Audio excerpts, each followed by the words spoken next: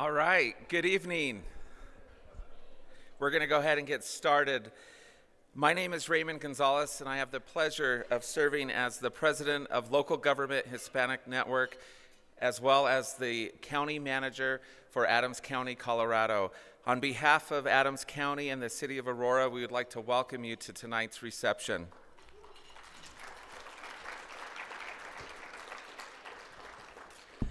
Before we start, I'd like to acknowledge all of our sponsors this evening and just thank you all. We have plenty of sponsors. They're listed in the program, but our presenting sponsor is United Healthcare, and we could not do that without them. And all of the contributing sponsors throughout this program have really put together an outstanding conference. And I'd also like to take this time to thank all of our conference presenters and all of our keynote speakers.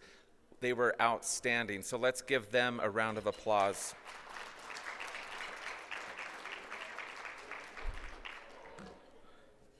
At this time, I'd like to invite all of our board of directors to please stand so that we could acknowledge you. All of you represent who we are, and you come from across the region, across the United States, and we could not do our job and carry on the mission of Local Government Hispanic Network, so thank you. I'd like to introduce two new board members. The first one is Matt Rivera, who is the Director of Community Safety and Well-Being and works for the best county in the state, Adams County, Colorado. Let's welcome. The next one is Marcus Still, Finance Manager, Arts and Culture Department, the City of Mesa, Arizona. Can you please stand, Marcus?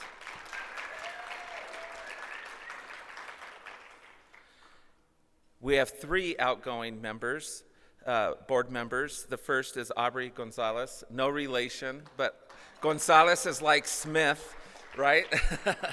Aubrey is the Assistant Housing Director with the City of Phoenix, Arizona. Aubrey, you have brought such great energy to LGHN, and we are going to miss you on the board of directors, but we know that your passion is to continue to serve this organization, and we look forward to working with you on all the committees and all of that. So thank you. Let's give her another round of applause. And thank you for being here. You did an outstanding job moderating this afternoon's panel discussion. The other two outgoing board members are not here today. Paulina Martinez, who served as LGHN's Vice President for Career Advancement and really led the effort to restructure the Madrinas and Padrinos program. She left the city. She was the Assistant City Manager of Evanston, Illinois, and she left to take a position in the private sector, is why she has vacated that position. But we want to thank her. If you're watching live, thank you so much, Paulina. Your energy was amazing, and thank you for hosting our board retreat in Evanston a couple years ago. I can't remember how many years ago it was, and it was pre-COVID, and you really opened and rolled out the red carpet for all of us. The next one is Patricia Martel, who actually has served on the LGHN board as the former ICMA board representative. She was previously city manager in California and was the former ICMA president. She currently serves as ICMA's West Coast staff, and she has brought extreme wealth of knowledge, and we just appreciate her continued guidance. I still call her on a weekly basis for advice, and Pat, I still get to work with you because I am on the executive board of ICMA. Thank you so much for your ongoing support of LGHN. Let's give her a round of applause.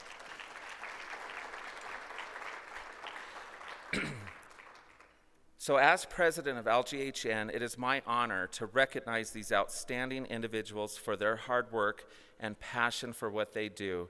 This year, our emerging leaders are both from Mesa, Arizona. The city of Mesa is lucky to have such dedicated and creative employees who have done so much to advance the cause of LGHN in the past few years. I'm going to ask both of them to come up, and then I'm going to ask for some help to, Karen, who's going to help me? Oh, Gabe's going to help. Andrea and Marcus. Please step forward. These are our emergent leaders who are receiving today's awards.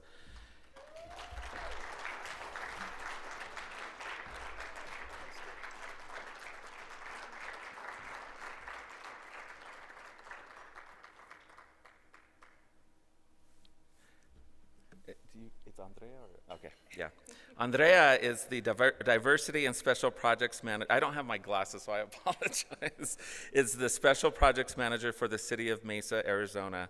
Andrea is responsible for citywide coordination of internal and external inclusion efforts and specializes in project management and administration of public programs. Andrea is part of ICMA's Equity Officer Institute, has been an active member in the Local Government Hispanic Network, and one of the founders of the Mesa Hispanic Network, which is a local chapter in Mesa, Arizona.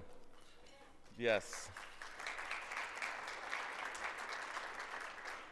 In her submittal, Andrea's boss described her as not only an emerging leader, she is also an amazing human being who has mastered skills and obtained wisdom well beyond her years. One of Mesa's diversity inclusion advocates and community leaders. Miss Diana Sacedo has shared in a short time, Andrea has begun to restore trust in municipal government and establish positive working relationships with communities of color in general, our Latino community specifically. Given our current environment of the social civil unrest, there is a need for genuine diversity, equity, and inclusion efforts. She approaches her work with a genuine spirit of collaboration and transparency. Andrea has been a welcome addition to the community-based D&I work happening in Mesa and an intentional municipal response. So Andrea, please, congratulations and thank you, and please continue the great work you're doing in Mesa. Let's give her a round of applause. Moving on to Marcus. Marcus Still is the finance manager for the Arts and Culture Department in the city of Mesa, Arizona, leading teams in budget and finance, grant management, capital improvement programs, and process improvement, lean management, data analysis. Marcus led the effort to create the Mesa Hispanic Network and serve as the vice chair for membership for LGHN, where he has delivered the mission, vision, and objectives of LGHN to new and potential chapter members. Marcus was elected to the LGHN Board of Directors for 2021 through 2023. Let's give him a round of applause. And you nominated. Yeah. Andrea nominated Marcus. Isn't that amazing? You make a great team. Andrea, who nominated Marcus, describes him as a firm believer in the value of mentorship and wanted to create a lateral platform where employees could come together to share, advise, and network. Starting with the introductory session, the MHN Peer Mentorship Program has been widely successful, with assistant city managers and department directors being able to socialize and provide insight at the same level as field workers and administrative assistants. Marcus creates a comfortable space and provides context and discussion points on topics such as work-life balance, communication, and stress management. This quarterly program continues today, and Marcus shifting to accommodate the virtual environment during this pandemic. Let's give them both another round of applause. I have to tell you, this evening in the reception, I had the pleasure of meeting Marcus's beautiful mother, and I'm going to tell you, Marcus, you're following her lead. She has 30 years of public service, and we should honor you and thank you for your service. Yes. Take a picture. Do you want it up here or?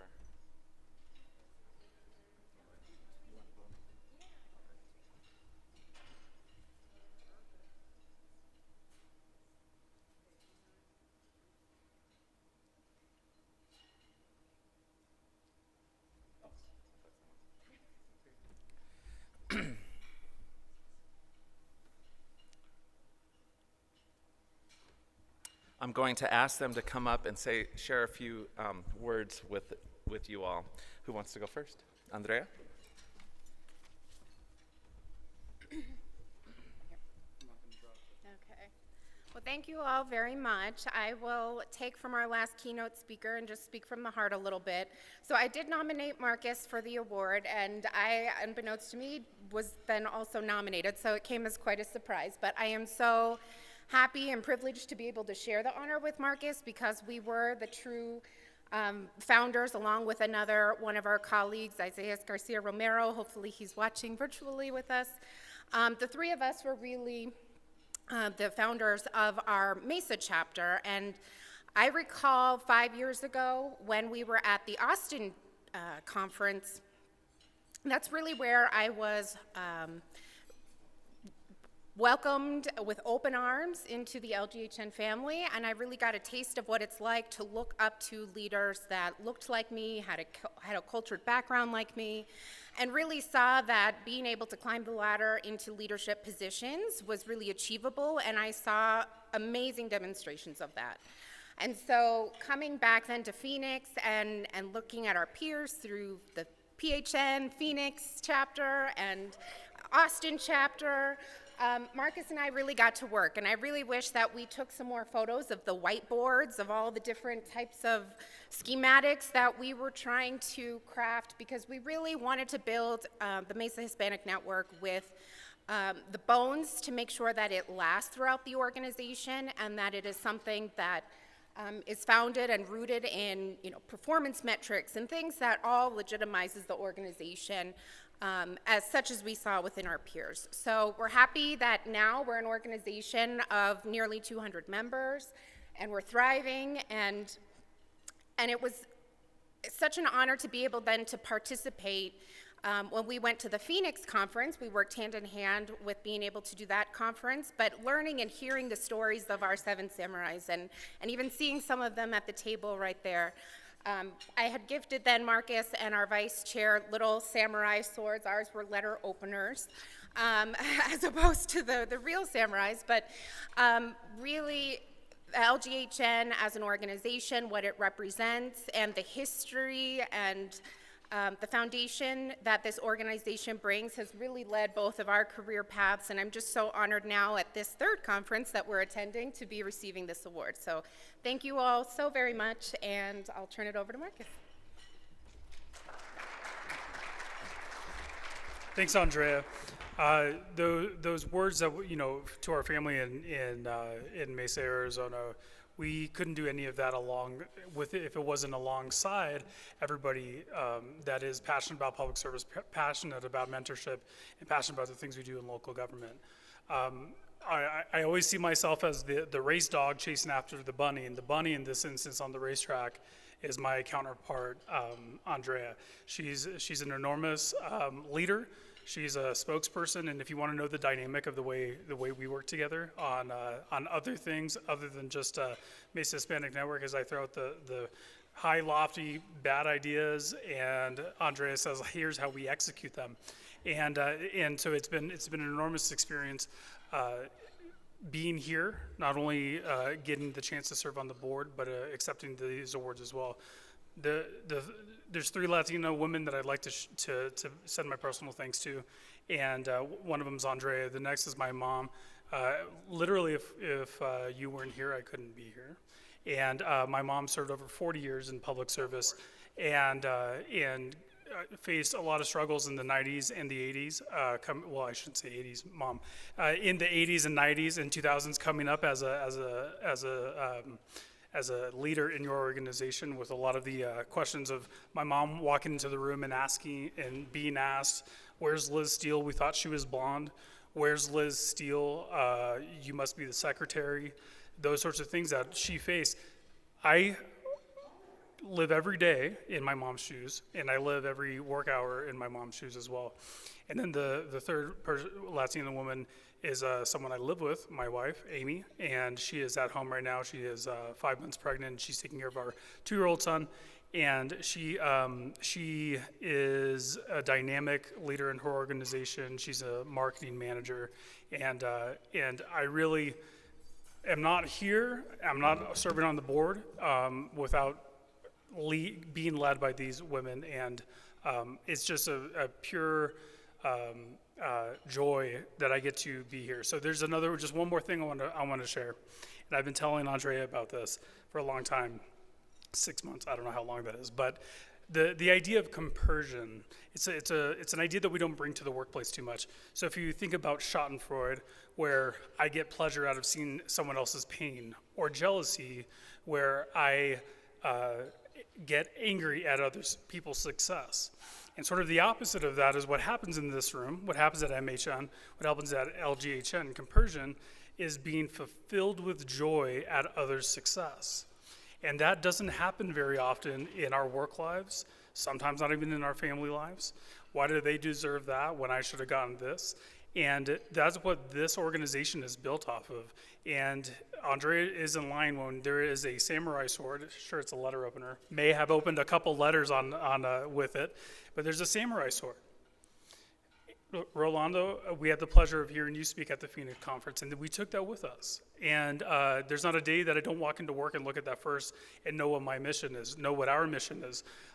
Andrea and I and our Mesa Hispanic Network family, Zenia and Marisa, are here to join us.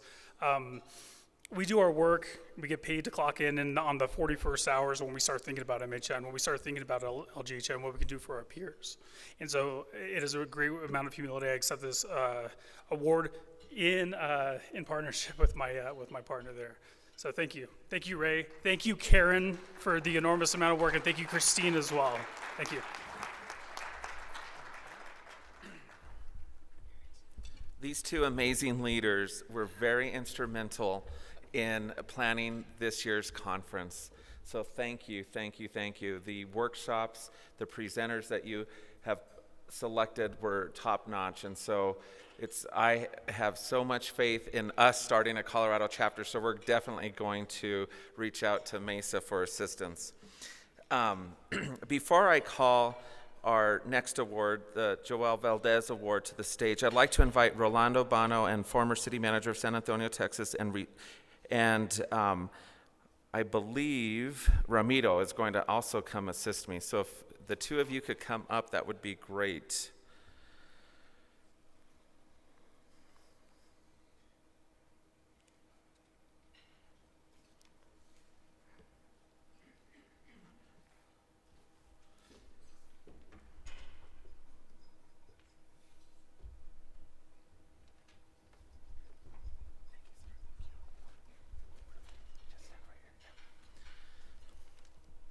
So I'm going to invite Rolando to come and say a few words to really relay to you the significance of this award. And so I'm going to turn over the mic to him, and then I'll come and announce this year's recipient. Thank you very much, Ray. And I would just want to say, before I get started with these things, what a wonderful conference I've seen over the last 2 years. I mean, the last 2 days.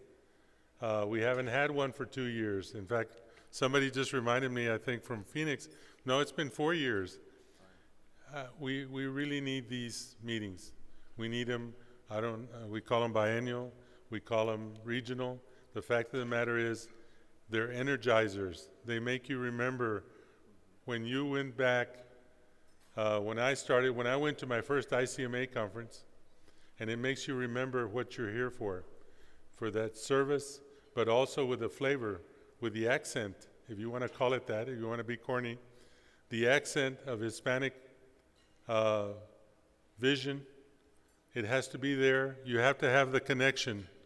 It's not just, you're not just dealing with a mass of people, you're dealing with your people, you're dealing with your gente when you're there with providing services at the city level. And this is a way to get energized about that, and I really appreciate it. The network has been around. Many people relate the network to when they started getting active at a regional level, at a city level, and that's important. We've actually had some networks. I think Austin and Phoenix both approach being around as long as the national group was around. Many types of traditions that the networks, the different Hispanic networks that compose us have started with. But I can relate most to the one that involves Joel Valdez. We're here, in a sense, honoring someone, presenting for him, but in a sense, honoring him. because he was one of those first people that was out there by themselves. He started out as a library page, Ramiro. Ramiro didn't, but he's the library director, of course. But he started out as a library page in Tucson and worked his way up to city manager. At the time, he was the only Hispanic manager in a city of over 100,000 population, and he stayed that way for a long time when he started his career. Very bright, very intelligent, but very caring about his community. He was from Tucson, and he was making sure that the city got the services it needed. So he did a lot, and then he got involved at the national level. But what's really amazing, when you walked in a room, we'd have our conferences at that time, if you want to call them that. I hope everyone reads the back of the program, because our conferences, we joke that sometimes it was in a cab, was the first meeting. But any meeting that we had, a new person would walk in, you could see the connection right away. Joel would be looking out for them. He would be approaching them before they even figured out what they were supposed to do. We've all felt it when we've walked in a room of people, of professionals.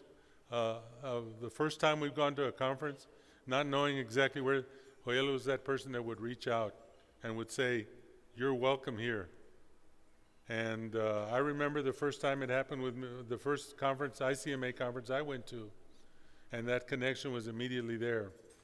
And so really what we're talking about today when we talk about the Joel Valdez Award is not just being superbly competent in your profession, not being a person that leads, that works hard. All of those things are important.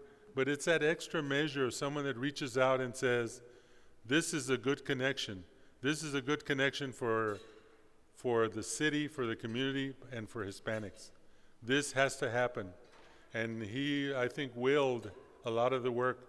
One of the things we did early on as a part of the Hispanic network, your network now, but early on as part of that network was creating a scholarship program, cobbling together money from the federal government and funding over 200 students that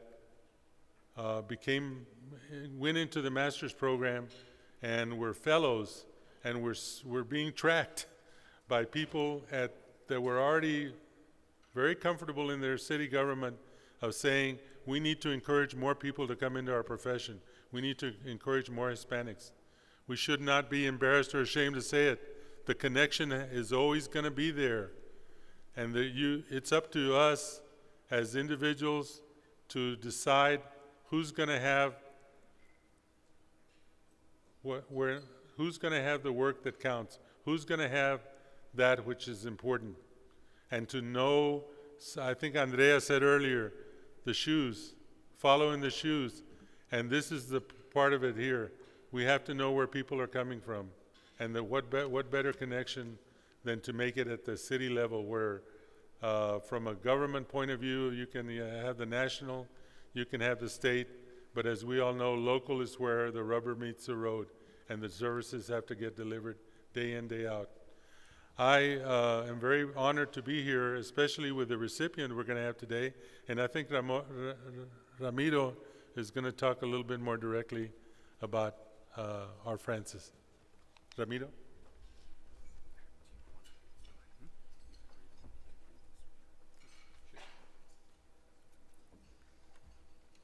Thank you, Jay, Rolando.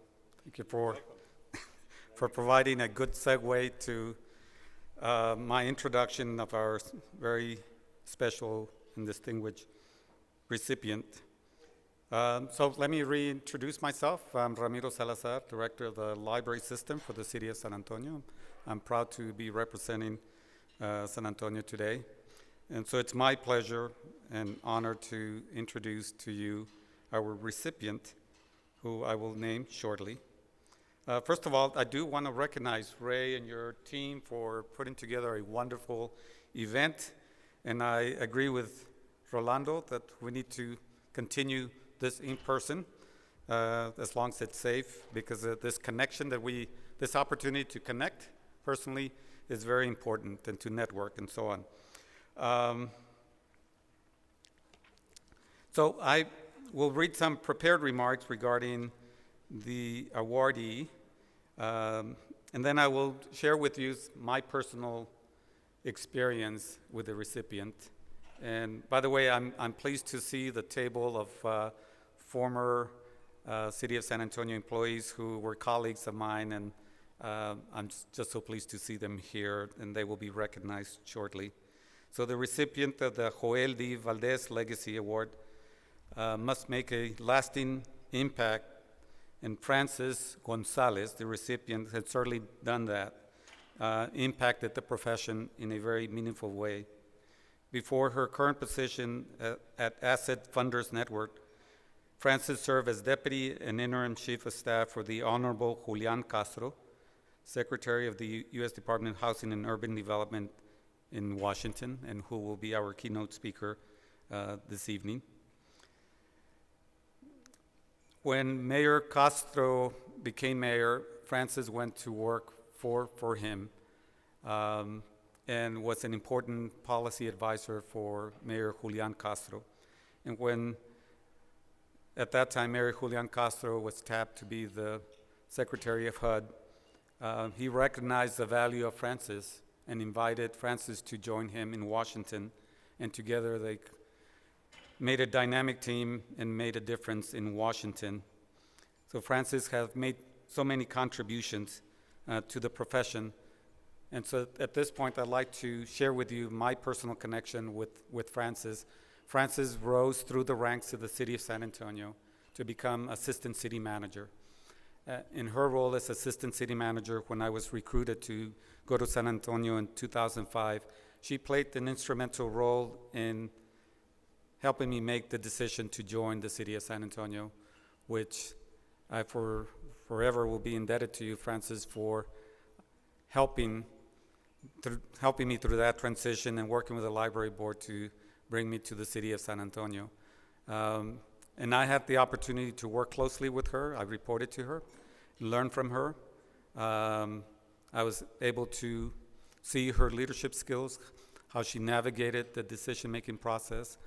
And so I learned a lot from her, and I will always be indebted for her support, for her influence on my role as library director. So thank you, Frances, for helping me out, for helping me grow, and continue to be there at City of San Antonio. So it's an honor for me to be able to introduce to you Frances Gonzalez as this year's recipient of the Joel D. Valdez Legacy Award, a much-deserved recognition. Frances, thank you. Please join us here at the podium.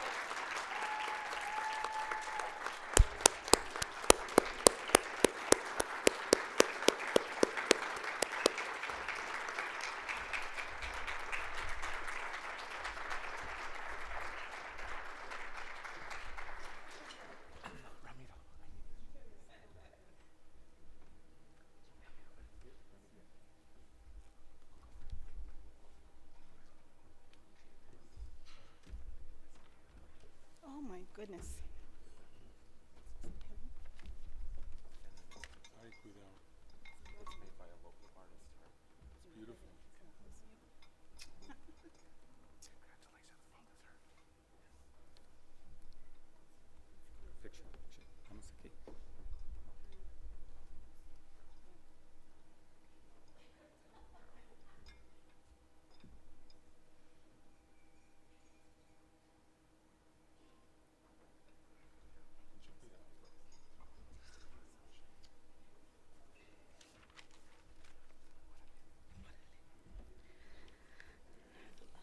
Thank you, Ramiro and Rolando, for your comments.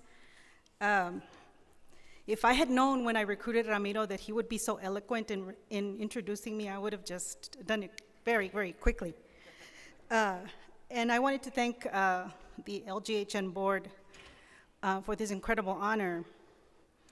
I want to also recognize, before I lose a minute here, in thanking the staff that has served us for the last 2 days. They have been tremendous, and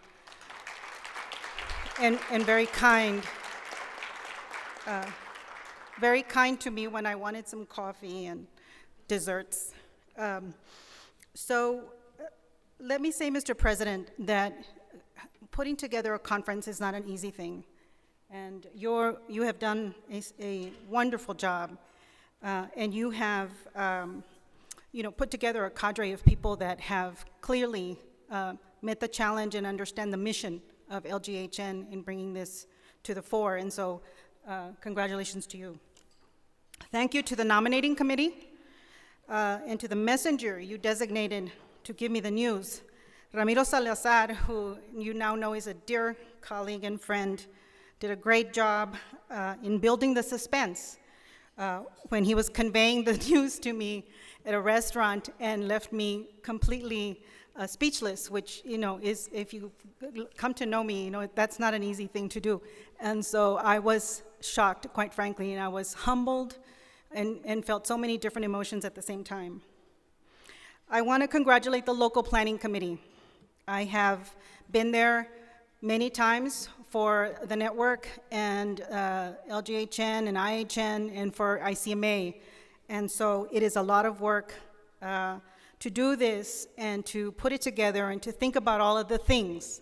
But this is a wonderful networking opportunity, and it's invaluable to yourselves as leaders and to others and the folks that actually come to your conference. So thank you very much for your hard work and efforts. To the sponsors of LGHN, please know that it has a long history. It has mentored and lifted up many local government professionals to leadership positions, and it will continue to do so. Please continue to invest in LGHN anytime they call. I want to recognize my husband of 40 years who is taking pictures right there, Roel. We were very young when we were married and started our careers. He is a huge supporter of mine. He's been my biggest cheerleader and has always supported me, including living without me for 2.5 years when I went to Washington with Secretary Castro and the team. And so for that, I'm forever grateful because it was an incredible experience. No one ever would have guessed that a brown girl from the Rio Grande Valley would have been there in Washington briefing a president of the United States of America. I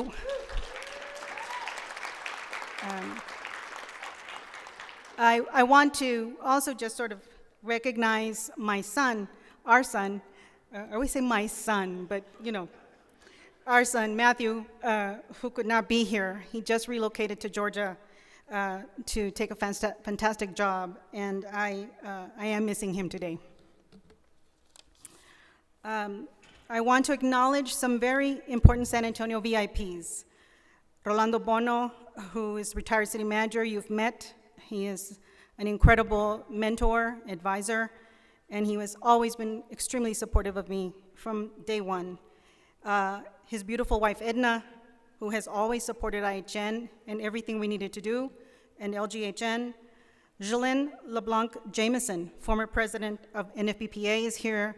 She and I grew up together at the city, and she's the current president of the Center for Healthcare Services, and she always made sure when she was president of NFBPA that our organizations were working together and collaborating in this very important work of public administration.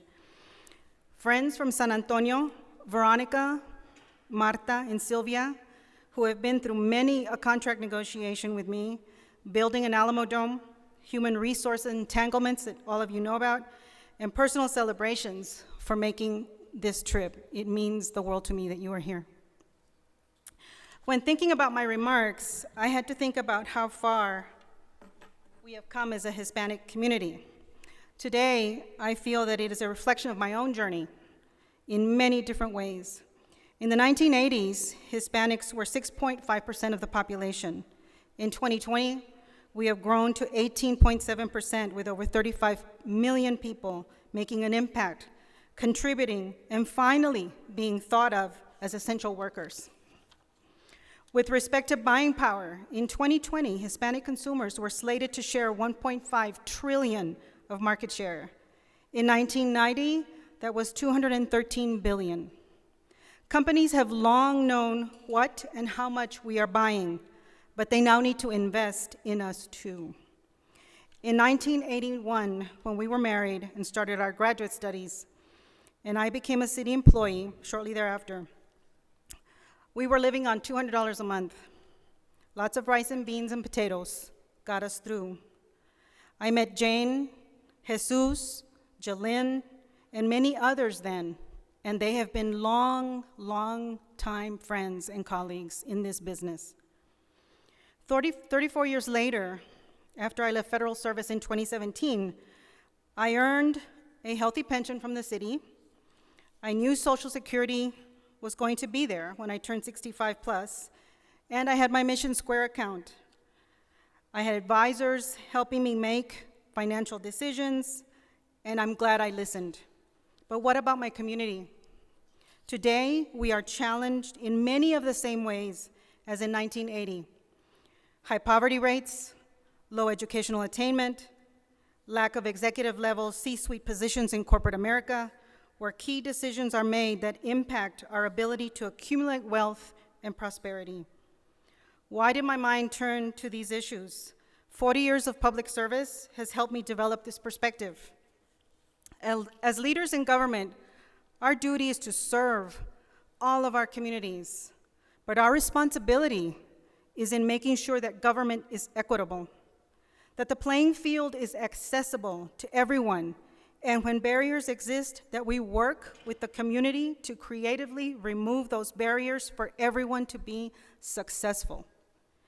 In my current professional pursuits, I'm involved with a national membership organization of funders and grant makers involved in building economic security for low-income communities, the Asset Funders Network.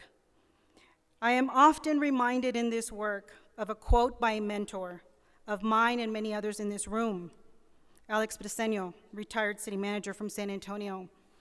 Don't just do things right, he used to say, do the right things. As an assistant city manager, I challenged the departments I led to use an equity lens. It wasn't called that then, in how they approached the service delivery recommendations they made for our communities. I urge you to think about this responsibility of doing things right and doing the right things as you go about caring for your family, the work you do, developing your administrations, your operations, and your management decisions. LGHN is focused on government leadership, and it needs to ramp that up more than ever. We need more leaders at all decision-making levels. Our destiny is in all of our hands. Just as a small group of Latino city managers came together to build this network, the torch is passed. Each of you must pass the torch to 2 or 3 more of you, of your peers, and step up and step on the accelerator and support LGHN and get involved in your communities. Why? There are underperforming, undervalued, underserved, underemployed, and misunderstood communities that need you. And they need you now, and they need you to do the following things. Not just open a door, but hold it open. Not just talk about or write about achievement, but openly celebrate it for all to see. Not just create internships, but hire people in full-time jobs with benefits. And not just mentor your management teams, but advise and truly coach them towards success. In government, we have a tendency to categorize people for any number of transactions or when implementing programs. Categories can shut us off from our communities in the name of equality. This is a complex world, and we are all juggling everyone and their sensitivities. I, for one, am not using the word minority to describe me. I don't do minority. So, think about equity to guide your investments, And think of this framework. Think about how our values need to hold every human as sacred. Thank you for this celebration and of my career so far in public service, for advancing the profession, my community, my family, and dear, dear friends. It shows me that who and what we celebrate at LGHN reflects who and what we value. It is not lost on me that I am the first woman to be honored with the Joel Valdez Award, and I am truly humbled. What really makes this a great honor is that I know I will not be the last.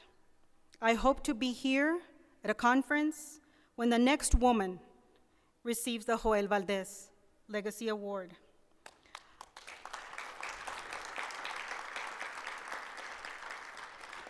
I want to acknowledge my dear friend, Secretary Julian Castro, for being our keynote this evening. He has been an unwavering supporter of me, my family, and I truly have appreciated it. And I appreciate him and his family. This is a special occasion for me as well. I often used to run into him to the dining room where he was having lunch at HUD to speak to him. And we would discuss whatever critical thing had come up on the calendar. And now the tables are turned, and Secretary Castro has been watching us have dinner and has been watching me have dinner. So for that little, just sort of little joke, I do want to say that I am very tickled, I'm very honored and privileged that he is here with us tonight. And he has been a supporter of LGHN, the Hispanic Network, for many, many years. I think you will enjoy his comments and his remarks. So thank you all very much for being here.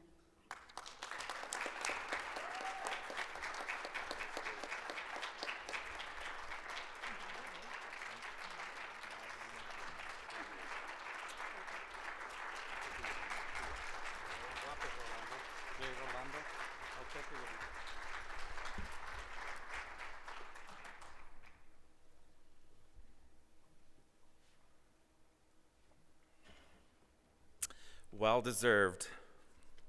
And congratulations again, Francis. So we've been waiting to hear from Honorable Julian Castro, who has been watching us this evening. Julian Castro served as U.S. Secretary of Housing and Urban Development under President Barack Obama from 2014 through 2017. Before that, he was mayor of his native San Antonio, Texas, the youngest mayor of a top 50 American city at the time. In 2012, he gave a rousing keynote speech at the Democratic National Convention, during which he described the American dream as a relay to be passed from generation to generation.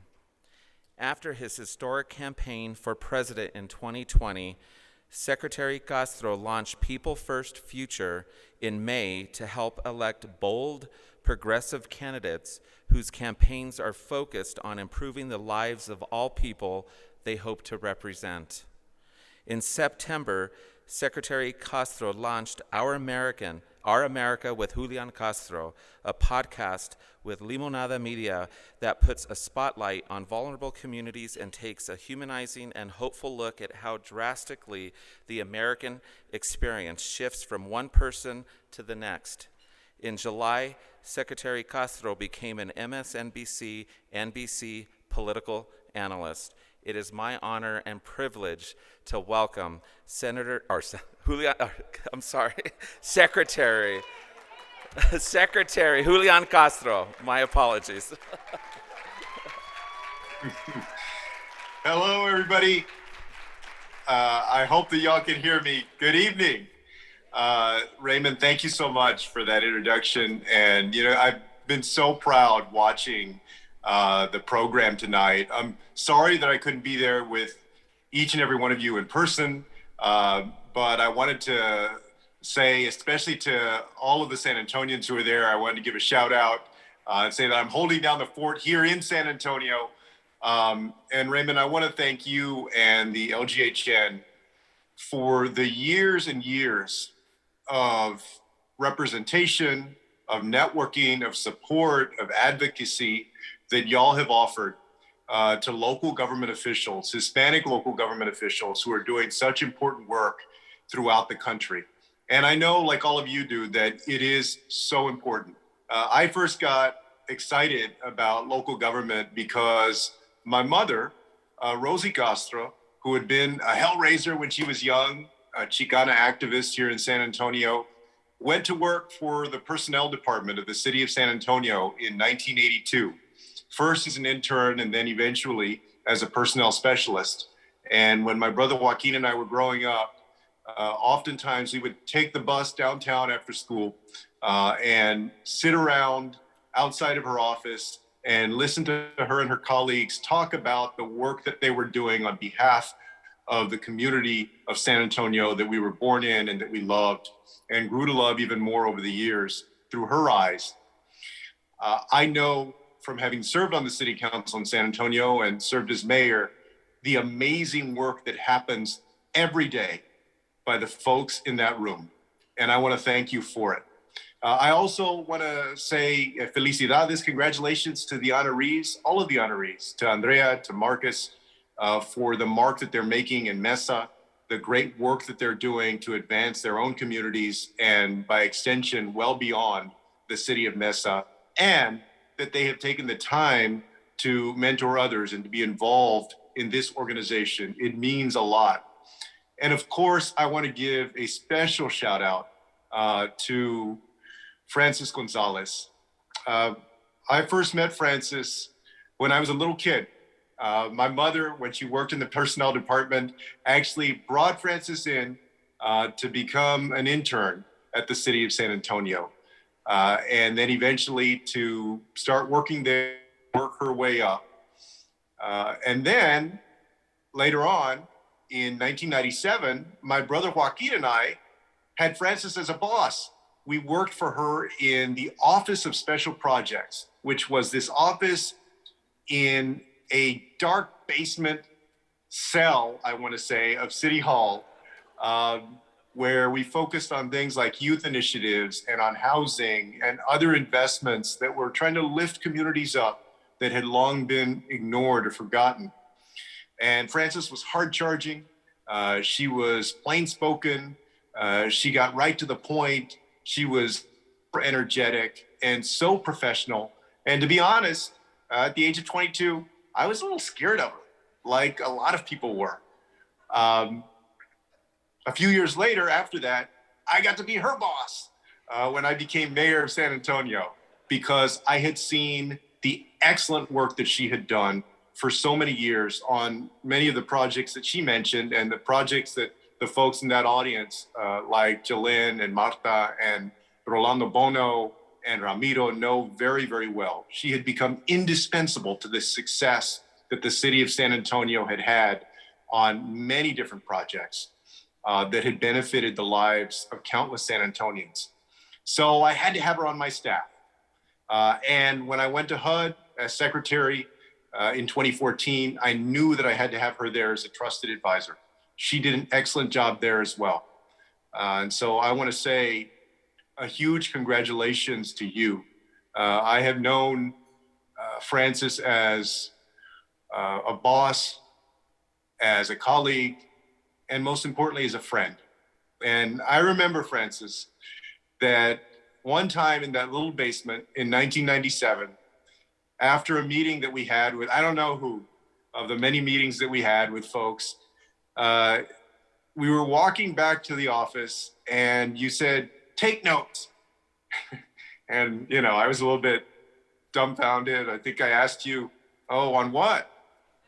And you said, "On life."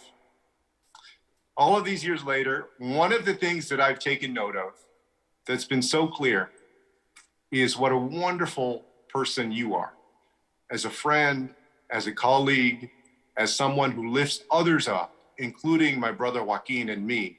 I'm very grateful for that and tremendously happy that you're being honored with this very well-deserved recognition tonight. So felicidades, you deserve it.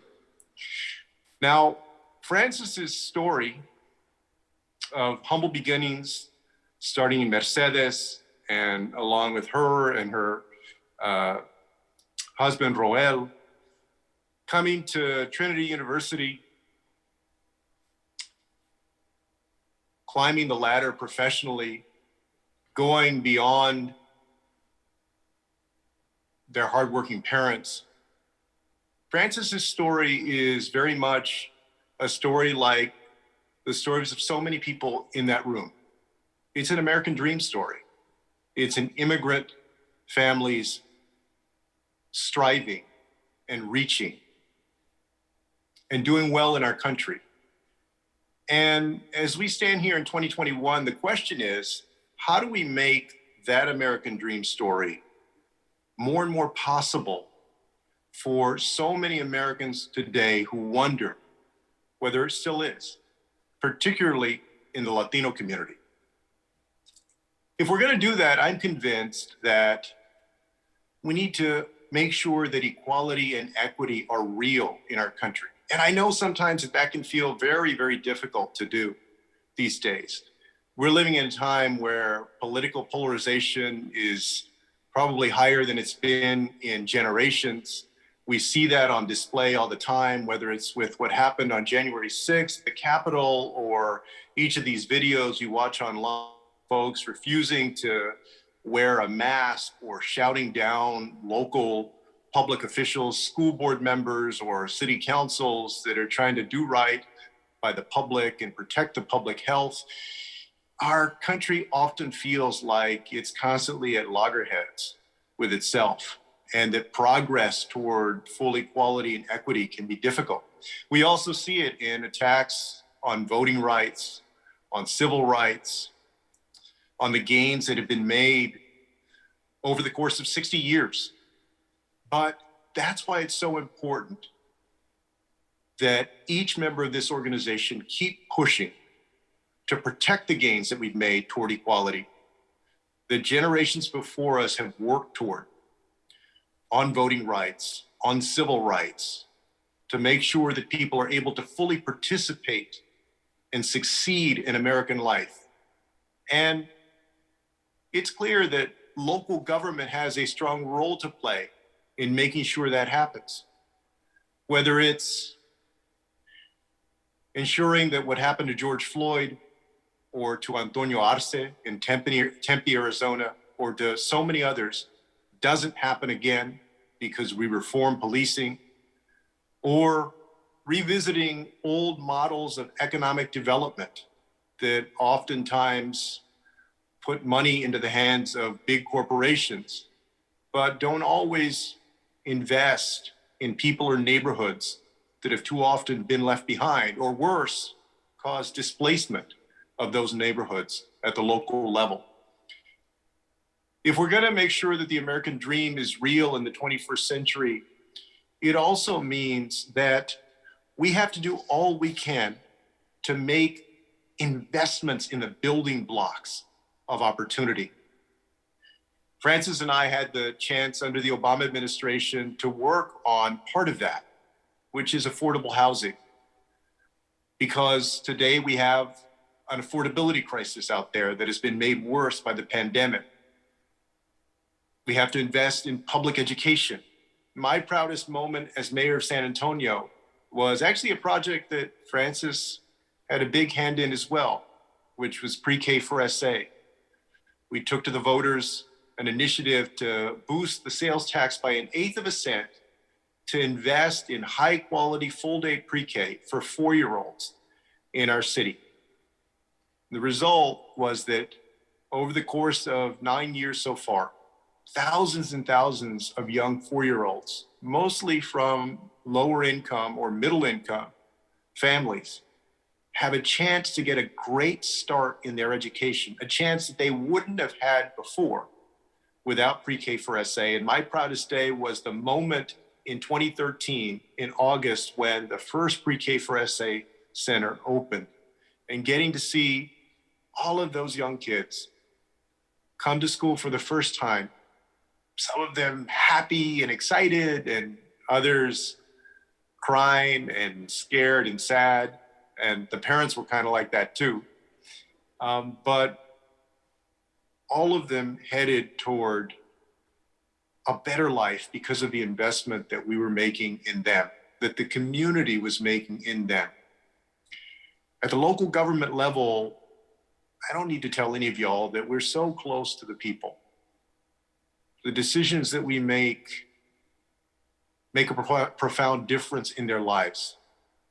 It's time for us more now than ever to focus on how we can use our resources to close those gaps, to serve the underserved, to make sure that our communities work for everyone, whether it's housing, public education, healthcare, workforce opportunities. Y'all are on the front lines of doing that every day. I want to thank you for doing it, and I also want to challenge you to redouble your efforts, to be creative, to strive as much as you can to serve the kind of communities that many of you came from, to use that experience to do your job even better. If we're going to make that American dream real, it also means that during this time of division and polarization, all of us have a role to play in trying to bring people together instead of tearing them apart. The good news is that as local government officials, you do that already every day. Through your work, the libraries, more kids have a chance to learn, more families, regardless of their background, have a chance to explore the world around them. People come together in our parks and recreation centers. The work that you do to make sure that neighborhoods are safe, that the quality of life is good throughout a community, is unifying. How do we make sure that we continue to do that work in a way that contributes to our national unity? I'm convinced that one of the biggest challenges we face in our country is that over the decades, we've lost, to a decent extent, this kind of sense of common purpose and identity. Don't get me wrong, this country was never anywhere near perfect. And especially for Black and brown communities and other underserved communities, it was often difficult with a lot of obstacles, a lot of inequality. But I do think that there was a time when the country also looked more as one people toward common goals. And we need to do what we can to bring that about again. All of us have a role to play in doing it. You know, just a couple of weeks ago, the 2020 census numbers were announced, and Francis talked a little bit about that. The top line figure was that Hispanics now account for 18.7% of our population, 62.1 million people. About 30 years ago, there was a book written by Arthur Schlesinger Jr. called The Disuniting of America. And it wondered what the future of this diverse nation would be, including about the proliferation of language minorities. That's a wondering that happens every time those census numbers come out and the Latino community continues to grow very quickly. What does it mean for the United States to have so many more people of these backgrounds? Francis's story and the story of every one of you in that room and so many colleagues that you know and so many constituents that you serve is that the growth of the Hispanic community in this country means that it's people with the same values of hard work and love of country and faith and service and commitment to one another and to others that have made ours a special nation. And so it's true that today, the destiny of America is intertwined with the destiny of the Latino community more than it ever has been, and vice versa. Our success is America's success. And if we do things right, America's success is our success. And so I hope that these last couple of days of the conference has been a great time to get together and to share stories and to network, and also to take a moment and to reflect, to think about why you got into all of this in the first place. I bet, at least in part, it's because you feel grateful for the country that we live in. You feel proud of your family. You honor the sacrifice of your own parents and grandparents and those who came before you. And also, you know that you can pay that forward. You know that you're doing that every day. And that you know that through your hard work, that others can reach their dreams the way that we've been blessed to reach ours. Keep it up.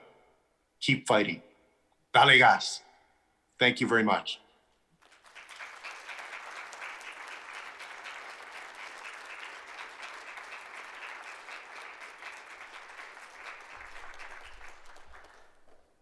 Thank you, Secretary Castro. You are an idol to many of us in this room, and I want to thank you for your service to the United States of America. Once again, thank you for joining us in Aurora and Adams County. You have already taken an important step by joining us this year, and I continue and encourage you to join our movement and this network of amazing Hispanic leaders from across the country. As I stand here thinking about what's next, I stand with confidence, compassion, and the energy to take us to the next level. You heard me in my opening remarks. There's less than 100 Hispanic Americans that serve as a city or county manager in the U.S. We have to change that number. And I'm asking all of you to help us get there. Thank you for joining us this evening. Enjoy, and please be safe as you travel to your home. Thank you.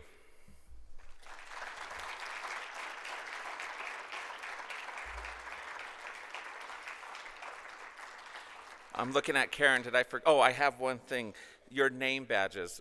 We like to recycle them, so please drop them off at one of these tables, and we'll make sure that we recycle those and reuse those name badges. Again, I just want to thank the Planning Conference Committee, the hotel staff. You all were amazing. Karen Davis, we couldn't have done this without you. Thank you, thank you, thank you.